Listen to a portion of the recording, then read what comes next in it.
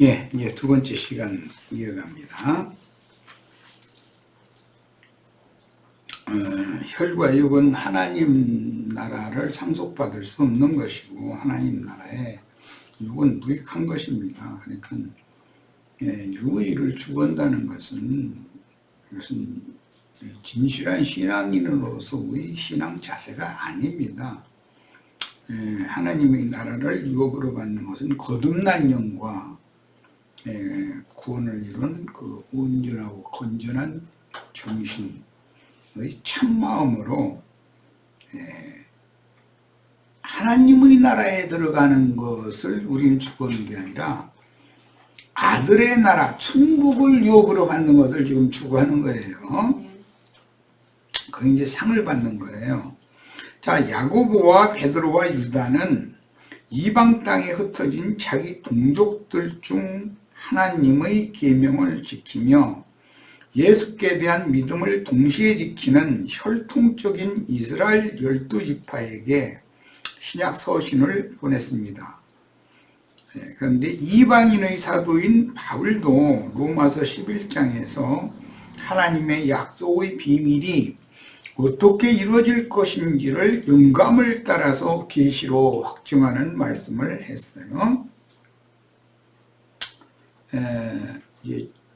기성교단 중에는 소위 무천년설을 주장하는 장로교단, 칼뱅 신학을 신봉하는 자들이 있어서 그들은 이스라엘 12지파가 지금 어디가 있느냐, 이스라엘 12지파는 없어져 버렸다, 이렇게 주장을 해요.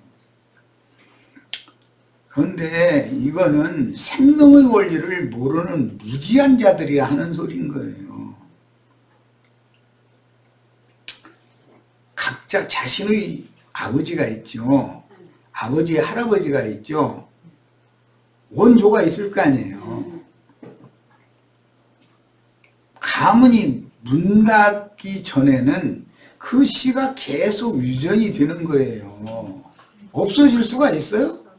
야곱 12아들 12지파가 없어질 수 있어요? 없어요? 이스라엘은 특히 가문의 후대를 잇는 것을 굉장히 중요하게 여겨요. 그래서 아들이 없을 경우에는 딸이 같은 지파 사람에게 혼인을 해서 거기서 낳은 맏아들은 친정아버지의 이름으로 기부를 이어주게 하는 거예요. 딸도 없어.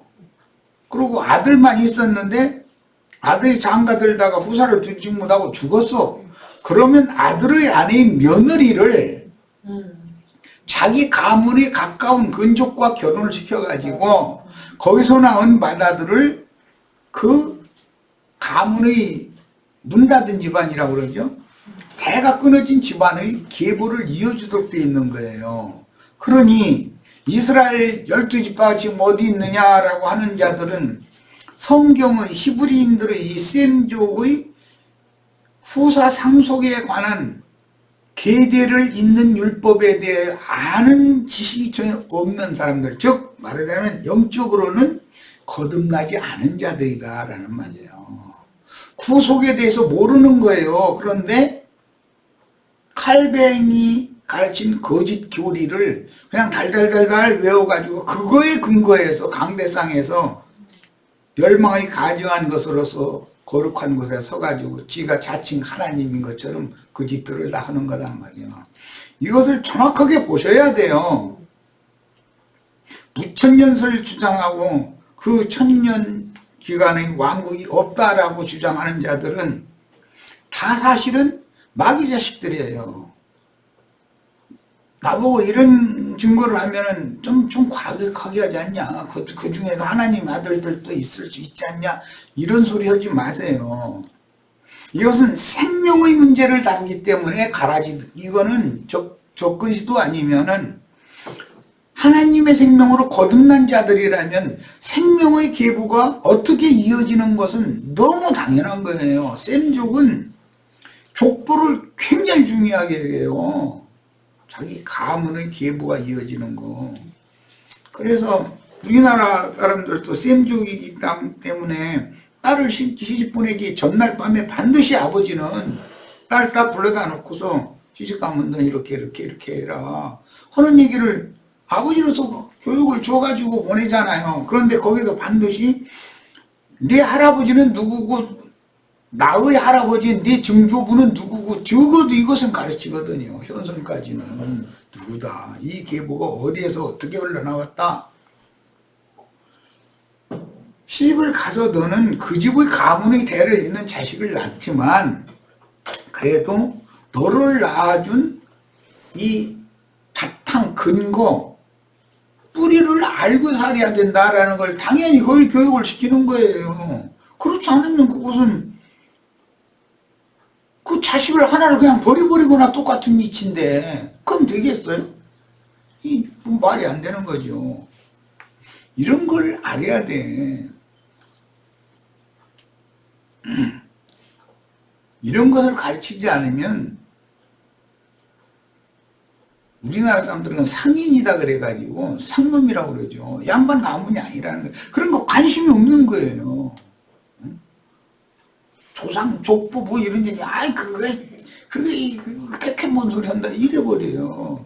그럼 몰라서 그러는 거예요. 뿌리를 부정해버리면 나라는 존재가 왜 하늘에서 떨어졌어요? 땅에서 솟아났어요. 응?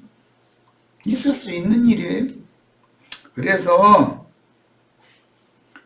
무천년설 어쩌고 했다면서 뭐 떠들어대는 이런 인간들, 이스라엘 12지파가 지금 혈통적인 12지파가 어디 있느냐 뭐 이런 거 떠들어대는 인간들, 그 사실은 다 그 가라지들이에요. 거듭나지 않은 자들이에요. 생명의 씨가 그 속에 흘러내려오는 사람이 아니단 말이에요. 이게 얼마나 중요한 얘기인지를 아시길 바라요. 그래서 신약시대에도 로마교의 그 제롬으로부터 시작해서 칼뱅으로 이어지는 무천년설 중위를 이스라엘 12지파가 어디 있느냐 이런 것들을 부정하는 기록이 있어요. 신약성경에도. 야고보서 1장 1절 하나님과 주 예수 그리스도의 종 야고보는 흩어져 있는 12지파에게 문안한다 그랬어요. 그럼 12지파가 없어졌어요? 있는 거예요. 아니, 신약시대에 없어졌다고 하는 말은 말도 안 되는 소리예요. 있으니까 거기에 12지파에게 편지한 거 아니에요. 없으면 무슨 편지를 하겠어요. 베드로전서 1장 1절로 2절 예수 그리스도의 사도 베드로는 본도 갈라디아 갑바도기아 아시아와 비두니아에 흩어진 이 사람들이 만국의 이스라엘이 흩어졌기 때문에 12지파가 흩어진 나그네 곧 하나님 아버지 미리하심을 따라 성령이 거룩하게 하심으로 순종함과 예수 그리스도의 핏부림을 얻기 위하여 택하심을 받은 자들에게 편지하나니. 여기 핏부리심을 얻기 위하여 택하심을 받은 자들이라는 건 자기 동족들 보고 하는 말이에요. 은혜와 평강이 너희에게 더욱 많을지어다. 흩어진 나그네들이라는 것은 이방인들 보고 하는 말이 아니에요. 베드로전서 5장 13절 택하심을 함께 받은 바벨론에 있는 교회가 너희에게 문안한다 그랬는데 이건 흩어진 나그네들에게 지금 편지하는 내용이다 이거예요. 베드로와 같은 동족에게 편지하는 내용이에요. 야, 내 아들 마가도 그리하느니라 그랬어요. 이렇게 성경이라는 것은 생명의 계보를 중요하게 다룬다. 지금 때가 어느 때인데 이스라엘 12지파가 어디가 있느냐고 말 같지 않은 소리 그만을 하고 그래. 무식한 놈들이지 그게. 완전히 영적으로 이렇게 영적 쌍놈들이요. 상놈들이요. 자기 딸 시집 보내면서 자기 아버지와 아버지의 아버지와 아버지의 할아버지와 적어도 증조부 현고조까지는 가르쳐주고 시집을 보내야 되는 거잖아. 당연히.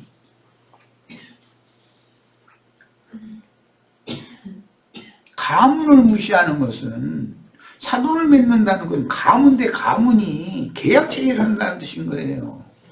이렇게 중요한 문제를 무시하면 뭐가 돼? 이런 것도 몰라가면서 인생을 살면 뭐야 그게 도대체. 나 이거 헛날 먹은 거지. 신약 서신을 읽을 때는 서신자가 누구인지를 잘 살펴서 읽어야 하며 일방적으로 영해를 한다고 성경의 흐름을 무시하고 생명은 흘러내려온다 이거예요. 이로부터 억지로 해석하는 오류를 범하지 말아야 합니다. 주님도 전도하실 때 많은 무리와 제자들에게 하신 말씀이 달랐고 유대교인들과 유대교 지도자들에게 하신 말씀이 달랐고 성령이 교회들에게 하신 말씀과 7 영들인 증인들이 말씀하신 대상이 각각 다르다. 기독교인들에게는 비유로 말씀하시는 거예요. 말해주는 거예요. 왜 그래요? 듣고 구원받으면 안 되니까 그래요. 그러나 참 제자들에게는 직설적으로 자세히 풀어서 설명하는 거예요. 왜 그래요?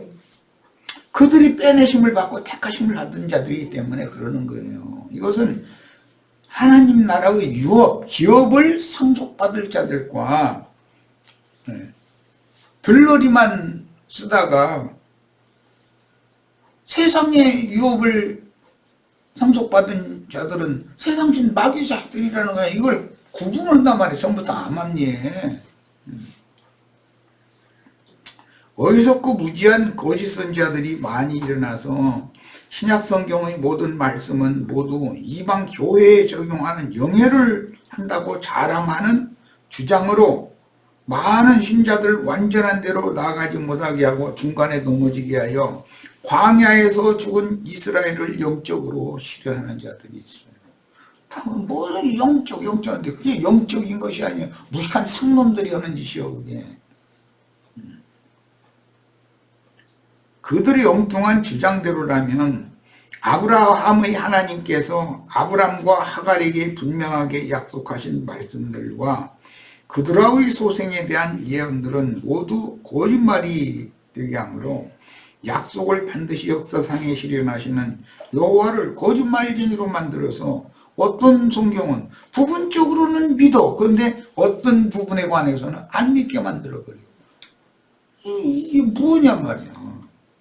우리는 창세기 16장 6절로 16절, 17장 20절, 21장 8절로 21절, 25장 12절로 18절 등에서 명백하게 아브라함과 하갈에게 약속한 말씀, 아브라함과 하갈이죠. 여기는 아브라함의 후처 그들의 소생에 대한 예언도 언약사 구속사에 기록된 대로 하나님의 말씀이잖아요. 그것도 아브라함과 사라의 얘기만 있는 것이 아니에요. 아브라함과 하갈을 통해서 난 이스마엘 자손과 약속한 말씀도 있어요. 그두라 자손들에 대한 말씀도 또 있어요. 다 믿어야지. 믿고 싶은 것만 믿으면 뭐가 돼 도대체? 그럼 나머지는 거짓말이야? 하나님이 진리의 말씀이 아니에요? 이게 뭐냐 이게. 하나님은 거짓말을 할 수 없는 진실한 분임을 확신하는데 이런 믿음이라야 위로부터 계시로 주신 믿음이요 예수 그리스도로 말미암아는 믿음을 받은 참제들과 동역하여 그리스도의 몸을 세우는 정절을 지키는 처녀 시온산에 올라간 14만 4천이에요. 정절이 있는 자들이에요. 그들은 땅에서도 구속함을 받고 사람 가운데에서도 구속함을 받은 자들이라고 그랬어요.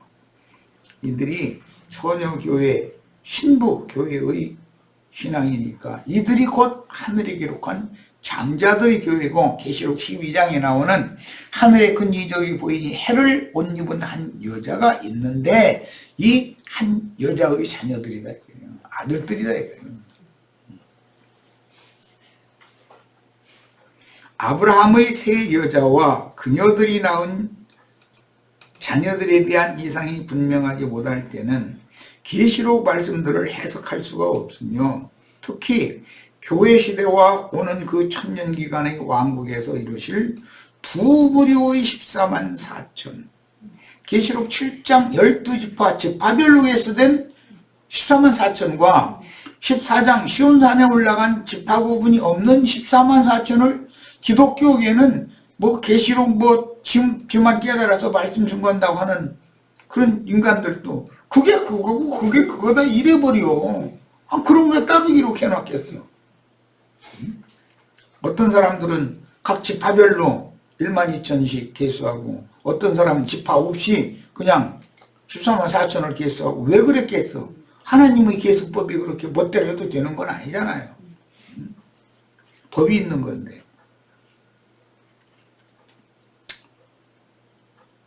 우선 신약성경의 모든 예언들은 1차로 예수님께서 증거하신 말씀을 근거로 삼는데, 주님은 친히 자신이 전파하기 시작한 이 천국 복음이 모든 민족에게 증거되기 위하여, 그러니까 모든 민족 중에 이스라엘 민족은 선민 민족이다.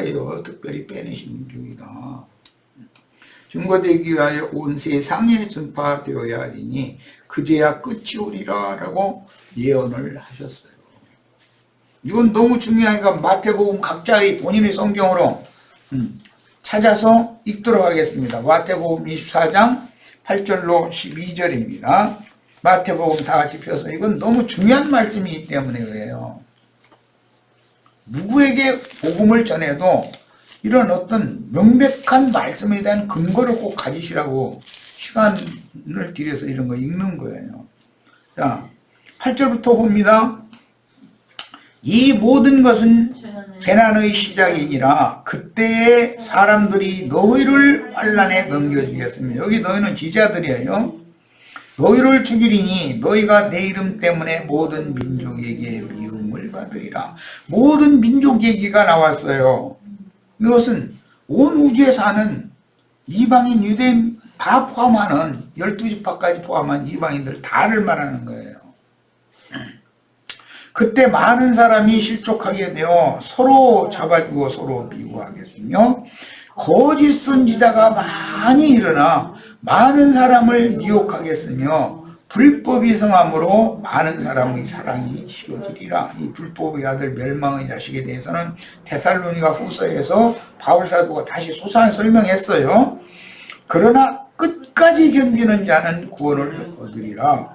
이 천국 복음이, 지금 증거한 이 천국 복음이 모든 민족에게 증언되기 위하여 온 세상에 전파되리. 모든 민족은 온 세상과 같은 개념이에요. 그제야 끝이 오리라 그랬어요. 이게 하나님 말씀이에요. 이런 말씀을 무시해버리면 돼요? 이스라엘 12지파 지금 어디 있느냐고? 있어요. 인간들이 몰라도 상관없어요. 하나님은 그 씨를 보존하셔요. 시대가 아무리 악해도 씨는 보존하시는 거예요.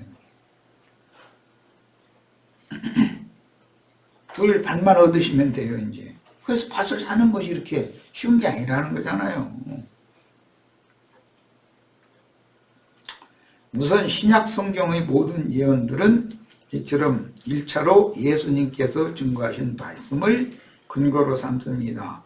예수님이 증거하신 이 천국 복음은 온 세상에 전파되기 위하여 모든 민족에 당연히 증거되어야 된다. 그러니까 증인들이 보냄을 받아야 되는 얘기는 뭐 말할 것도 없죠. 이어서 그 당시 예루살렘 성은 날이 이르면 돌 위에 돌이 하나도 남지 않고 다 무너질 것이며, 이방인의 때가 차기까지, 이 때와 기한에 관한 것도 예언이 돼 있어요. 그런데 때와 기한 얘기를 하면은 무조건 하고 이상한 눈으로 색안경 끼고 그러는 거, 그거 이단 아닌가? 뭐 때에 대해서, 기한에 대해서 얘기하더만.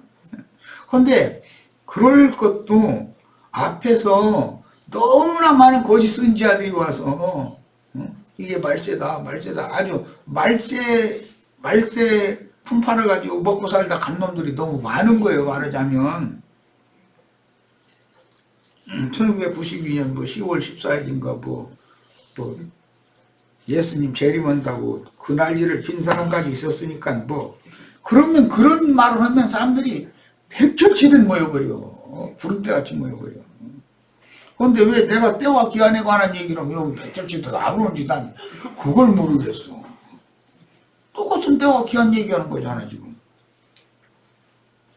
이방인의 때가 차기까지 이방인들에게 짓밟힐 것이고, 주님의 모든 예언들은 온 지구상에 반드시 실현될 것이라고 선언하셨으니, 아브라함의 후처인 그드라의 소생들에게 하나님의 약속이 이루어지는 후초의 새 시대도 반드시 이르게 돼 있습니다. 버림받았던 이스라엘 12지파가 신앙이 회복되는 때가 반드시 오는 거예요. 그러니 당연히 이스라엘이 조상 대대로 살던 약속의 땅인 팔레스타인 땅 예루살렘 성에 이루어진 일들은 표적이 되고 훗날 이방의 충만함이 차면 반드시 세상 교계의 멸망으로 실현될 것이며 미리 택하신 자기 백성을 위하여 이스라엘 민족의 조상 대대로 받았고 믿어오던 여호와 하나님의 언약을 역사상에 이르게 될 것입니다. 오늘 우리는 이런 사라의 때에서 사라의 시대는 끝나고 그드라의 새 시대가 오는 그런 과도기에 와 있다 이거예요. 우리는. 그러니까 그드라의 새 시대를 무리 없이 잘 받아들일 수 있도록 여자의 해를 입은 여자의 남은 자손들을 위해서도 최선을 다해서 돈은 닦아놓고 죽어야 된다. 우리의 구원만이 문제가 아니죠. 남은 자들의 구원도 필요한 거죠. 다시 한번 해를 입은 하늘의 여자와 광야로 옮겨진 여자들 그리고 많은 물에 앉은 큰 음녀와 그녀의 머리들과 자녀들에 대한 하나님의 약속들이 계시록에서 어떻게 확정되며 아브라함의 본처, 첩, 후처에 대한 예언들이 어떻게 역사상에 실현되는지를 청결한 신앙 양심과 건전한 정신으로 성경을 읽고 계시를 받아서 이상을 확실하게 깨달아 분명하게 믿어줘야 하겠습니다. 하나님은 아무 생각 없이 어떤 시도 때도 없었던 일을 그냥 중구난방을 하는 분이 아니라는 거예요. 그때에는 그 말씀을 전하는 종선지자들을 보내서 하나님 말씀을 대언하게 돼 있는 거예요. 그래 하나님 말씀을 우주에 이루어야 될 거 아니에요. 역사상에. 작은 책인 계시록에 기록된 말씀을 지키는 의롭고 거룩한 천지자들이 되어 하나님의 약속을 자신의 것으로 취하기 위해 주님이 파송하신 주수꾼들에게 동역하여 하늘의 장자교회를 함께 세우는 지혜로운 건축자들이 되어 새 하늘과 새 하늘에 간직한 언약을 유업으로 받아야 하겠습니다. 우리는 하늘에 간직한 기업을 상속받는 것을 추구하는 거예요. 오는 새 세상의 새 땅의 기업을 상속받는 자들이 즉 남은 자들이 되는 걸 추구하는 게 아니에요. 대례감을 받는 자들이 되는 걸 추구하는 거죠. 이 차이를 잘 아셔야 되겠어요. 그래서 영적 장자에게는 금 100커시타로 산지를 사가지고 세겜 사람들이 하물 자손에게서 산지를 사가지고 유업을 준다는 거잖아요. 똑같이 하물 자손에게서 밭을 사서 유업으로 준 아브라함이 산 기업과 야곱이 산 기업은 다른 거예요. 마지막 한 일의 후반기에 있을 역사적인 일들을 세부적으로 기록한 내용인 이달락 말씀에서 보여주는 이상들을 깨달아 믿음으로 화합하려면 세상 끝에 있을 땅의 곡식 추수와 가라지들인 들포도 추수가 어떤 방식으로 진행되고 오는 세상에 남을 자들이 어떻게 성취되는지를 반드시 깨달아야 합니다. 그러니까 계시록 7장과 14장의 14만 4천에 대한 이상이 밝아져야 되는 거죠. 그리고 계시록 11장에서 하늘이 열려가지고 하늘에 있는 하나님의 성전이 보이고 성전의 중심인 언약궤가 보여야 된다. 이건 이상을 계시를 이상으로 깨닫는 문제다 하는 거예요. 오는 세상을 위하여 남을 자들이 어떻게 여자가 난 아들들에게 비밀스럽게 양육을 받고 이기는 자로 대례감을 받거나 새 세상에 남겨지며 속세의 정사와 권세를 잡은 자들에게 맡기신 세상 나라가 어떻게 심판을 받아 세상 나라가 주와 그 그리스도의 왕국으로 새 세상에 나타날 것인지를 마음 눈으로 보고 믿어서 약속이 실현된 새 세상을 기업으로 받아야 합니다. 사역자들도 현세를 종결하는 사역을 하고 데려감을 받을 하나님의 아들들이 있고, 오는 세상에 14만 4천을 다시 세워야 되니까 오는 세상을 상속받아서 사역을 할 입맞은 이스라엘 12지파가 당연히 있게 되는 거다라는 거예요. 계시록 12장에서는 해를 입고 발로는 달을 밟고 머리에는 12별 면류관을 쓴 이적의 한 여자, 사라로 상징이 됐어요. 그 며느리 리브가, 그 며느리 라헬과 그들의 세대에 낳은 아들들, 이삭, 야곱의 12아들, 요셉의 2아들이 하늘의 하나님께로 이끌려가서 용의 군대와 싸워 이기는 이상을 영감으로 보고, 왜 자꾸 이 많은 그 대를 거친 여자나 남자들 얘기를 내가 하느냐면, 그 세대에서는 그 세대 가운데서 구원을 얻고 빼내심을 받아야 되는 거예요. 오늘 우리의 세대에서는 이 세대 가운데서 구원을 얻고 빼내심을 받아야 돼요. 그러니까 사라 때, 리브가 때, 라헬 때 시대는 달라도 각 세대 때마다 하나님이 빼내실 자들을 빼내시고 그 수를 계속 시간에 걸쳐서 수를 채우게 되어 있는 거다라는 거예요. 그래서 이기는 자들로 하나님께 이끌려가 용의 군대와 싸워서 이기는 이상을 영감으로, 이건 보는 문제, 기본적으로 먼저 봐야 들어가는 거기 때문에 깨달아서 믿음으로 취해야 합니다. 광야로 도망한 여자 하갈이죠. 이건 상징이에요.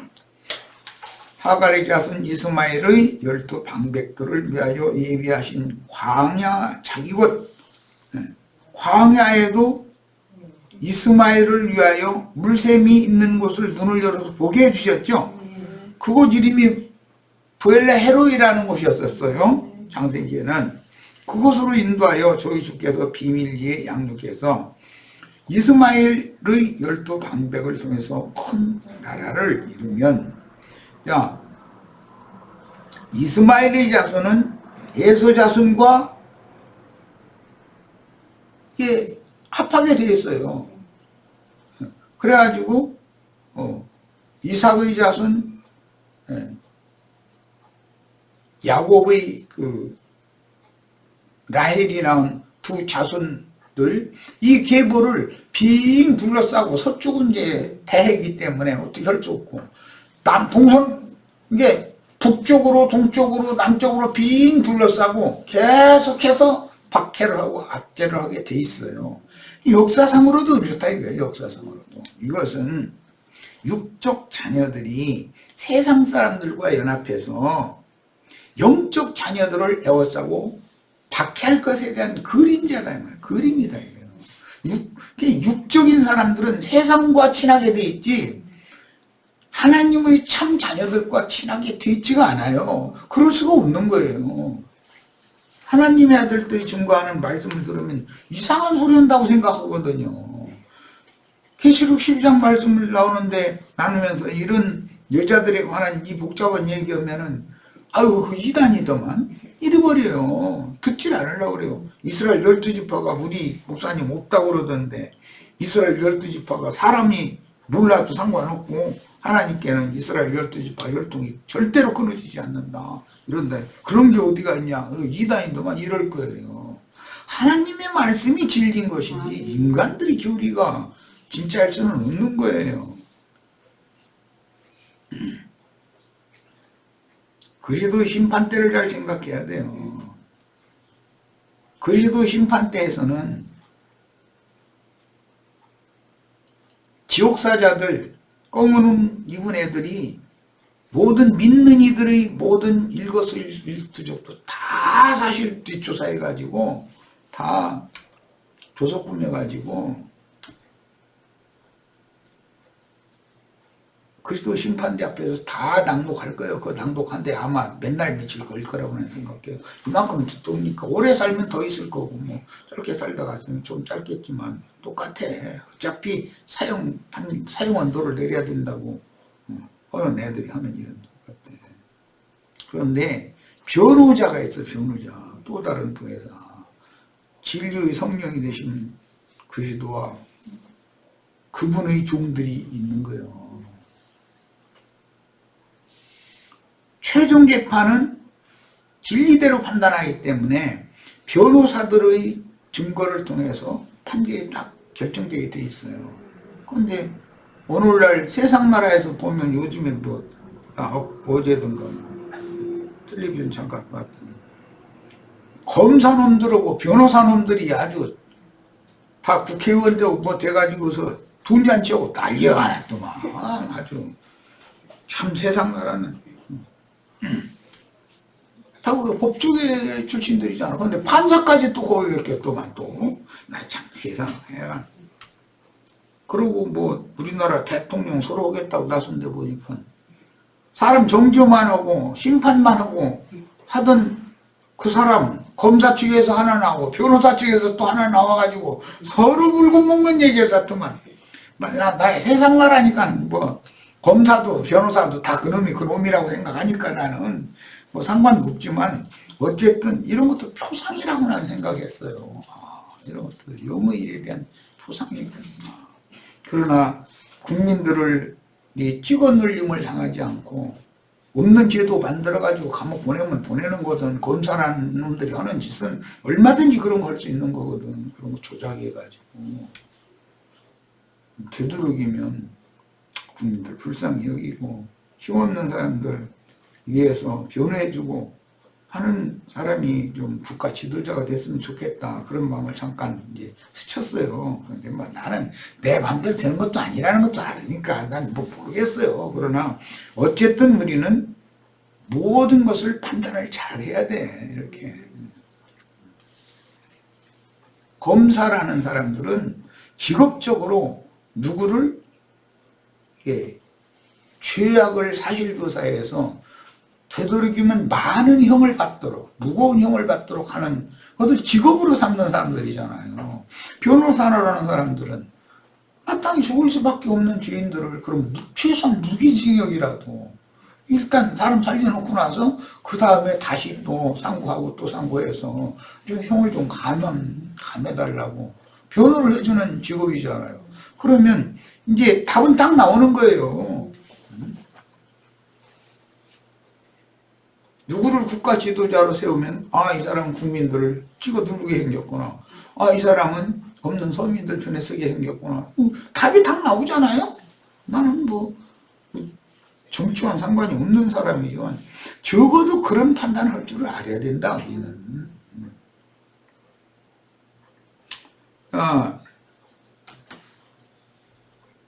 아브라함의 첩 하갈이 낳은 이스마엘과 아브라함의 집에서 광야로 도망한 하갈이 어떻게 샘물을 발견하고 살아남아서 광야에서 이스마엘의 12방백을 이루게 되는지를 영감으로 깨달은 계시의 근거에서 성경이 말하고자 하는 두 남자와 두 여자의 비밀을 정확하게 해석해야만 하늘의 별들과 바닷가의 모래, 그 다음에 후처인 그드라에 대한 예언을 깨달아서 오는 새 시대를 해석해낼 수가 있습니다. 예언은 계시록 예언서잖아요. 아브라함과 아브라함, 사레와 하갈, 아브라함과 사라의 아들인 이삭, 그리고 아브라함의 후처인 그드라의 6 아들에 관한 성경의 계시를 정확하게 이해하여 믿음의 조상 아브라함의 후손들을 위해 준비하신 기업에 대해서 하늘에 간직한 기업도 있고 새하늘의 기업이 있어요. 새 땅의 기업이 또 있는 거예요. 이런 것을 정확하게 해석할 수 있기를 바랍니다. 계시록 12장에서 하나님의 배필인 해를 입은 여자가 낳은 아들은 그 말씀이신 하나님과 자유자 곧 위에 있는 예루살렘이 낳은 부활의 아들들이요 하나님의 아들들 곧 시천사들인 해를 입은 여자의 묘관들입니다. 우리는 다 조금 전에 내가 변호자이신 또 다른 보혜사 진리 성령 그 영이 되신 주님과 동역을 하는 변호자들이 다 되시기를 바라요. 그래야 주님과 함께 보좌들이 앉아서 정확한 판단을 할 수 있다. 너는 오른편으로 너는 왼편으로 이걸 구분을 하는 때가 반드시 온다는 거예요. 그런데 세상에서 오른편에 있는 자들은 주님 편에서는 왼편에 있는 자들이 된다는 걸 꼭 아셔야 되겠어요. 광야로 도망한 여종 신분인 세상 교계의 두 딸 음녀들의 어머니인 큰 음녀 곧 이방인들에게 짓밟히는 예루살렘이 낳은 광야의 자녀들은 로마 교인들과 개신교인들로서 어미음녀인 세속교계의 두 음녀딸들이다. 로마교는 큰 음녀딸, 큰딸이죠. 큰 애미음녀의 큰딸이에요. 개신교는 큰 애미음녀의 작은딸이에요. 비유예요, 이런 것이. 세상 끝 짐승 때에 살아있는 신자들 중에서 독수리의 두 날개로 저희 주께서 예비하신 곳으로 옮겨 뱀의 낯을 피하여 비밀리에 양육하여 주수하는 정결한 처녀 신부 교회와 큰 음녀로 계시되는 두 여자에 대한 이상을 봐야만 하늘의 열린 성전과 언약궤의 영광을 볼 수가 있습니다. 계시록에서는 데려감을 받는 자, 하늘의 하나님께로 데려감을 받은 자들은 해를 입은 여자 12멸류관들이에요.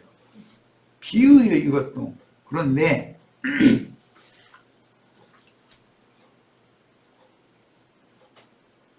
뱀의 짝이 되어진 큰 음녀의 7머리들, 땅에 왕족들이라는 것이 있다는 거예요. 그들은 사실은 그들이 그리스도인들인 것처럼 자기가 각자 그리스도인 것처럼 말하자면 사실 그게 적그리스도들이거든요. 이런 거에 대해 이상을 볼 필요가 있습니다. 오늘날 가자지구라고 일컫는 광야의 모래벌판에 홀로 거하는 하갈의 자녀인 광야의 자녀들은 이스마엘의 12방백으로 대표되는 혼적인 신앙인들이니 육신에 있는 자들이므로 살아가는 약속의 아들인 영에 있는 신자들과는 당연히 유업을 다투는 대적관계일 수밖에 없다. 이것은 비유다. 육신에 있는 자들은 영에 있는 자들과 기업의 문제 때문에 그 조상의 유업을 어떤 유업을 받을까의 문제 때문에 다툴 수밖에 없어요. 이것은 혈교와 육체의 각색 정욕들에게 에워싸인 거듭난 영은 당연히 혈육에 의해서 희롱당하고 박해를 당하고 육체의 소욕과 성령의 소욕 사이에는 당연히 다툼이 있을 수밖에 없는 거예요. 개인적인 체험으로도. 그들은 여전히 육체의 율법인 하나님의 계명을 지켜서 하나님의 영광에 이르려고 육체의 연속을 반복하는 이스마엘의 후손들이요 초등교사들에게 붙여져서 초의도를 반복적으로 배워가지고 의문의 율법에 매여 종으로 사는 육적인 신자들이니 사실은 아말렉으로 대표되는 육체들로서 하나님은 그들을 버리고 떠나게 마련이다. 그들은 당연히 심판받게 마련이에요. 그 짐승 때에 하나님의 계명을 지키는 자들만 광야에 남은 것이 아니라 예수의 증거를 가진 자들도 남아있으므로 하늘에서 쫓겨난 용은 타락한 별들의 3분의 1과 함께 땅에 내려와서 남은 자들과 싸우려고 바닷가의 모래 위에 서서 그러니까 이제 아브라함 자손은 하늘의 별 같은 자손도 있지만 바닷가의 모래와 같은 자손도 주고 땅의 티끌과 같은 자손도 준다라고 세 자손 얘기를 명확하게 해놨어요. 그러면 성경의 말씀이라는 게 쓸데없이 그렇게 말한 건 아니다 이 말이에요. 그러나 여자의 남은 자손들을 미혹하지만 인내로 죽기까지 싸워서 예수 믿음을 지키는 성도들의 교회는 마지막으로 이기고 첫째 부활에 참여하는 것입니다. 그때 하나님의 계명을 지키며 예수에 대한 믿음을 지키는 신자들이 살아남아서 오는 새 시대의 그루터기가 되어 광야의 자녀들이 되며 광야의 자녀들인 12지파의 14만 4천이 되면 요단 동편에 먼저 약속으로 받은 기업에 들어가서 영세의 아내인 예루살렘에 참여하게 됩니다. 이제 새하늘과 새 땅이지만 이것은 영세인 것이죠. 아버지 나라. 이미 앞에서 밝힌 바와 같이 계시록 12장에 나타난 이적의 여자인 아들을 낳은 영광스러운 여자는 교회 시대의 종결기인 예언된 세상 끝 추수 때에 일어날 하늘의 왕자 교회인데, 세상 끝에는 성경의 예언에 따라 반드시 교회의 회복을 위해서 신앙 회복인 단체적인 부활이 있기에 마련입니다. 이게 로마서 11장 15절에 정확하게 되어 있습니다. 이스라엘 12지파를 버리는 것이 세상과 화목이 되는 요건이 되지만, 그러나 그들을 주께서 다시 받아들여 주시는 것은 그들이 죽은 자들 가운데서 다시 살아나는 것이 아니면 무엇이리요? 그랬어요. 단체적으로 부활된단 말이에요. 이스라엘 12지파가. 사단이 보좌에 앉은 세상의 7교회들에서 도망하여 그 영과 신부가 오라 하시는 곳으로 나와서 하늘에 기록한 장자들의 교회로 모이는 이상을 실현하여 행한 대로 갚아준다고 하셨어요. 예수에 대한 믿음을 죽기까지 지키는 신자들인 아브라함, 이삭, 이스라엘의 후사를 낳은 여자의 사명을 감당해야 하는 것은 당연한 오늘날 우리 사명이다. 이게 교회 생활을 어떻게 할 것인가가 이렇게 중요한 문제라는 거예요.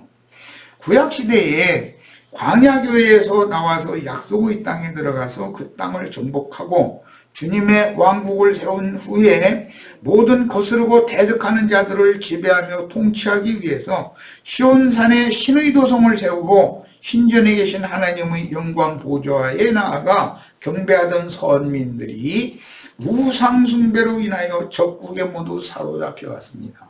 그러나 영영 돌아오지 못하는 자들이 더 많지만 때가 차면 때와 기한이라는 게 정해져 있었기 때문에 돌아올 무리가 당연히 있는 거예요.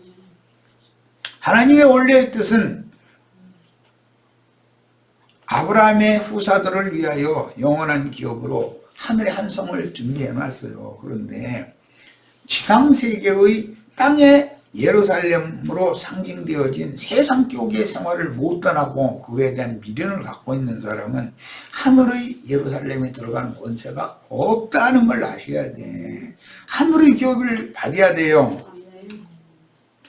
70년이 차면 그 중에 어떤 자들은 돌아와서 돌아온 자들 중에도 10분 1은 예루살렘에 가고 나머지 9분은 자기 조상의 기업에 거주하였던 역사를 반드시 역사상에 완성적으로 이루어야 한다.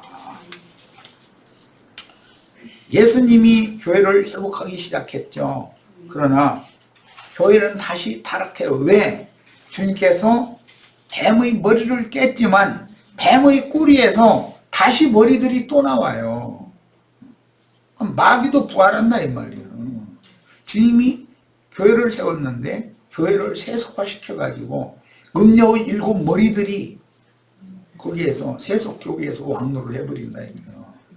그런데 그 큰 음력 가운데서 내 백성은 나와라 라고 외치는 날이 온다는 거예요. 그럼 그때는 뒤를 돌아다 보지 말고 이런 거 저런 거 이유대고 할 필요 없어요. 여기 있으면 안 되느냐고. 거기 있어서 될 거 거기 있어도 될 것 같으면 하나님께서 내 백성 거기서 나오라고 할 필요가 뭐가 있겠어요.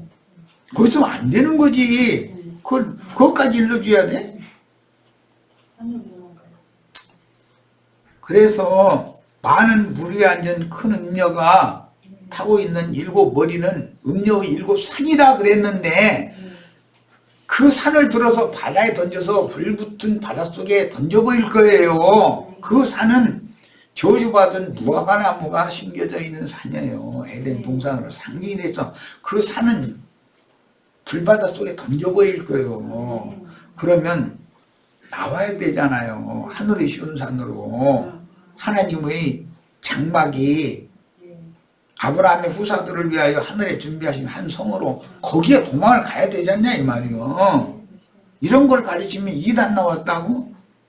자기네 신부 목사들이 가르치는 말과는 다르다고? 신부 목사들이 하는 말이 주님의 말씀보다 더 진리요? 그럼 말이 되는 소리요. 말씀을 믿어야죠. 진리대로 판단할 거예요. 진리의 말씀을 믿음으로 거듭나는 거예요. 그 진리의 말씀으로 양육을 받아서 온전케 돼가는 거예요.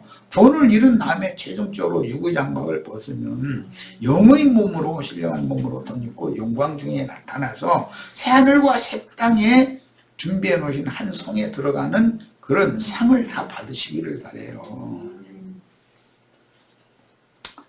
신앙을 회복한 후사들과 동역자들로 인하여 71회의 끝 1260일 42달 한때와 두때와 반때 3년 반 동안에는 거룩하고 흠이 없는 영광스러운 교회인 하늘의 장작교회로 다시 세워지고 아시아의 7교회들에서는 무조건 나와야 돼요. 빌라델피아 서머나 교회 얘기하지 마세요. 여기 있으면 안 되느냐고. 거기에도 이기는 자들만 나오라고 돼 있으니까 빌라델피아 교회든 서머나 교회든 이기는 자들은 다 나와야 돼. 딴소리 말고. 그럼 어디로 가야 돼? 성령과 신부가 오라 하는 곳으로 거기에 가서 5곳이 양육받다가 데려감을 받는 축복이 가임하기를 바랍니다. 자, 오늘 집회는 이렇게 해서 마칩니다.